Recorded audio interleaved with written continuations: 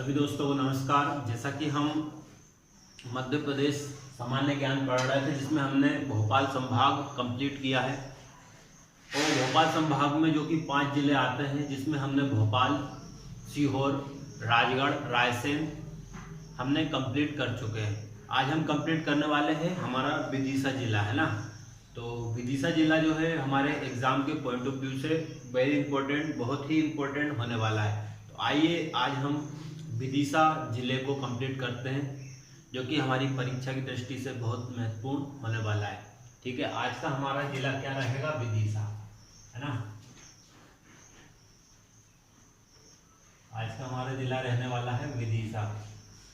यदि हम विदिशा जिले की बात करें तो विदिशा का प्राचीन नाम क्या था? तो विदिशा का प्राचीन नाम भेलसा, बेसनगर, भिलसा या फिर महामालिस्तान बोल सकते हैं ना। तो इस पॉइंट को हम लिख लेते हैं। क्या था विदिशा का प्राचीन नाम? तो विदिशा का प्राचीन नाम, कई बार एग्जाम में पूछा गया क्वेश्चन है विदिशा का प्राचीन नाम। तो विदिशा के प्राचीन नाम की हम बात करते हैं तो क्या है विदिशा का प्राचीन नाम? भेलसा, बेसनगर, भेलसा,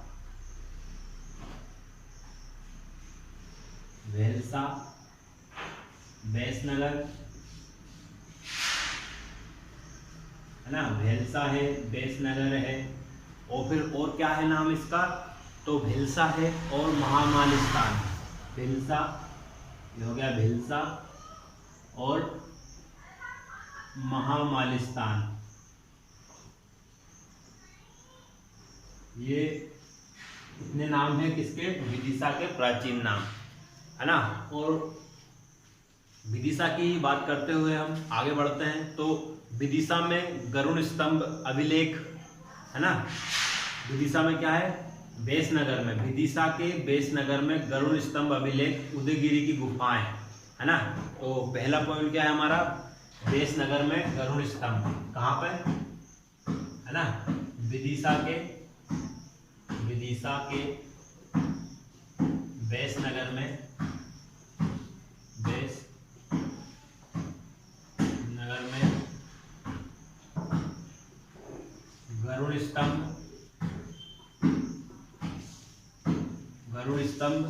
गरुड़ स्तंभ अभिलेख, है ना। कौन सा? गरुड़ स्तंभ अभिलेख।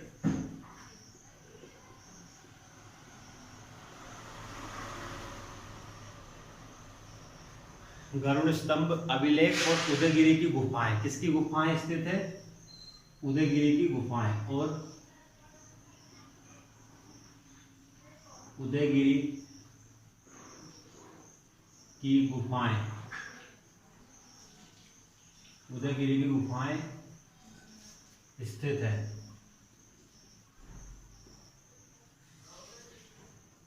ना। तो अब ये बेसनगर में जो गरुड़ स्तंभ है ये किसका था? तो हेलियोडोरस का था, है ना। ये इसको हम पॉइंट कर लेते हैं। जो हमारा गरुड़ स्तंभ है ये किसका था? गरुड़ स्तंभ हेलियोडोरस का गरुड़ स्तंभ, है ना। किसका? हेलियोडोरस का गरुड़ स्तंभ है। किसका? हेलियोडोरस। कई बार यहाँ से क्वेश्चन पूछा गया है हेलियोडोरस का गरुड़ स्तंभ कहाँ पर है? तो विदिशा के बेसनगर में हेलियोडोरस का गरुड़ स्तंभ स्थित है। अब हम उदयगिरी की गुफाएं की बात करें, है ना। यदि हम उदयगिरी की गुफाओं की बात करें तो उदयगिरी की गुफाएं क्यों प्रसिद्ध हैं? तो उदयगिरी की गुफाएं में जहां पर विष्णु के विराट अवतार की प्रतिमा है, कहां पर? ये उदयगिरी की गुफाओं में, है ना। तो उदयगिरी की गुफाओं में क्या है? हमारा अगला पॉइंट क्या रहने वाला है?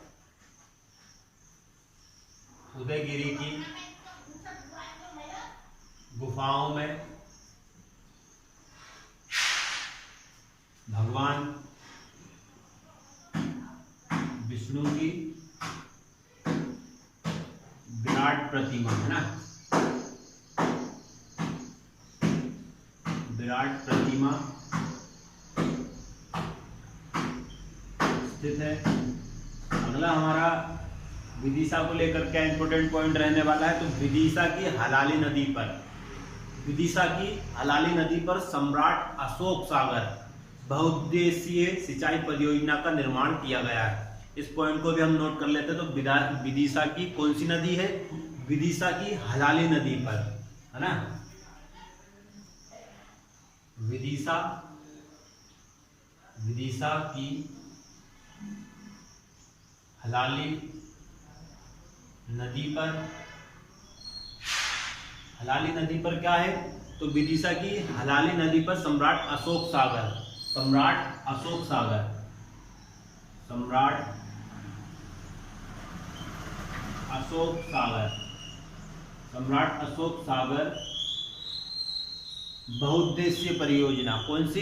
बहुउद्देशीय सिंचाई परियोजना का निर्माण किया गया है ना। अशोक सागर बहुउद्देशीय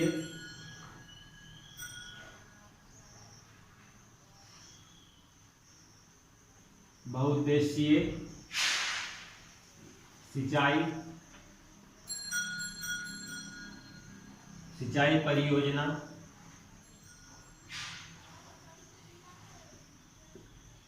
का निर्माण किया गया है,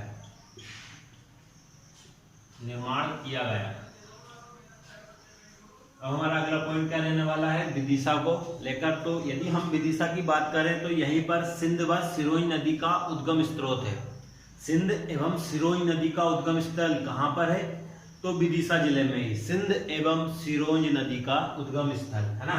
तो सिंध एवं, लिख लेते हैं हम, सिंध एवं सिरोही नदी का उद्गम स्थल, सिंध एवं सिरोही नदी का उद्गम स्थल यहीं पर है। कहाँ पर? विदिशा में। विदिशा को लेकर हमारा अगला पॉइंट क्या रहने वाला है? यदि हम विदिशा की बात करें तो यहीं पर सिंध व सिरोही नदी का उद्गम स्रोत है। अगली बात करें तो उदयपुरा का नीलकंठेश्वर मंदिर परमार वंशकालीन है। यहाँ पर एक सुप्रसिद्ध मंदिर है उदयपुरा का नीलकंठेश्वर मंदिर। कौन सा? उदयपुरा का नीलकंठेश्वर मंदिर। उदयपुरा का नीलकंठेश्वर मंदिर, नीलकंठेश्वर,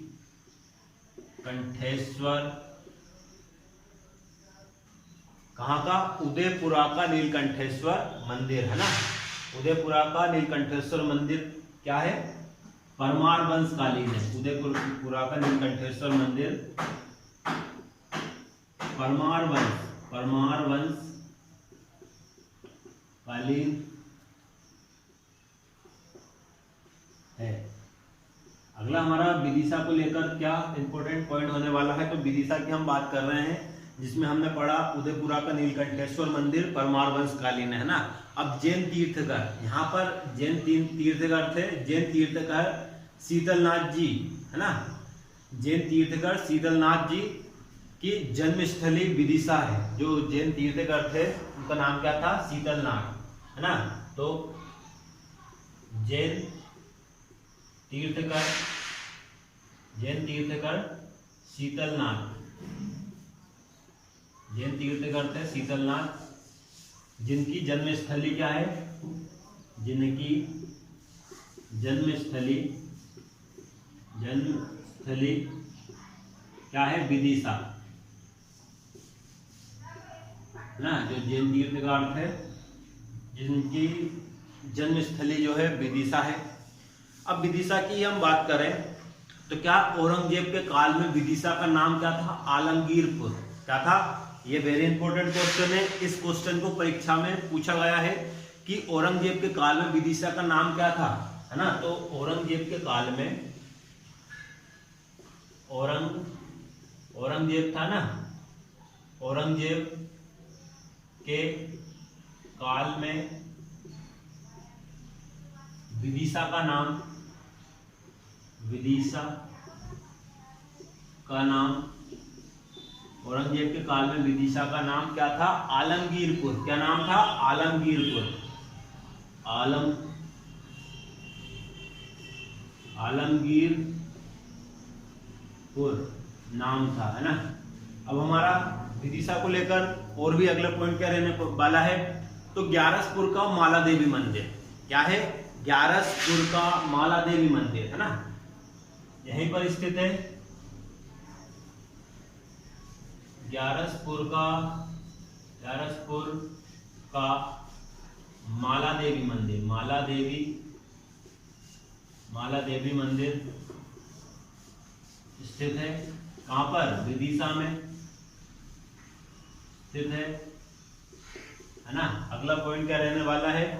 वीरसेन साहब। कौन? वीरसेन साहब का अभिलेख भी कहां पर मिला है? ये भी विदिशा में ही मिला है ना। अगला पॉइंट रहने वाला हमारा वीरसेन साहब का अभिलेख।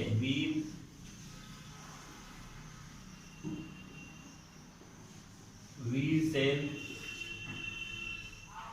साहब का अभिलेख कहां पर है? ये भी विदिशा में ही स्थित है। और विदिशा की हम बात करें तो विदिशा जो है, चने की सर्वाधिक फसल यहीं पर होती है ना। जो चना होता है ना, तो चने का सर्वाधिक उत्पादन कहां पर होता है? विदिशा में ही होता है। ये पॉइंट भी हम लिख लेते हैं। चने का सर्वाधिक उत्पादन, है ना, चने का सर्वाधिक उत्पादन कहां पर होता है? चने का सर्वाधिक उत्पादन विदिशा में ही होता है। तो दोस्तों, जैसे कि हम संभाग व जिले की बात कर रहे थे, जिसमें हमने भोपाल संभाग लिया, और भोपाल संभाग में जो भी हमारे 5 जिले आते थे, है ना।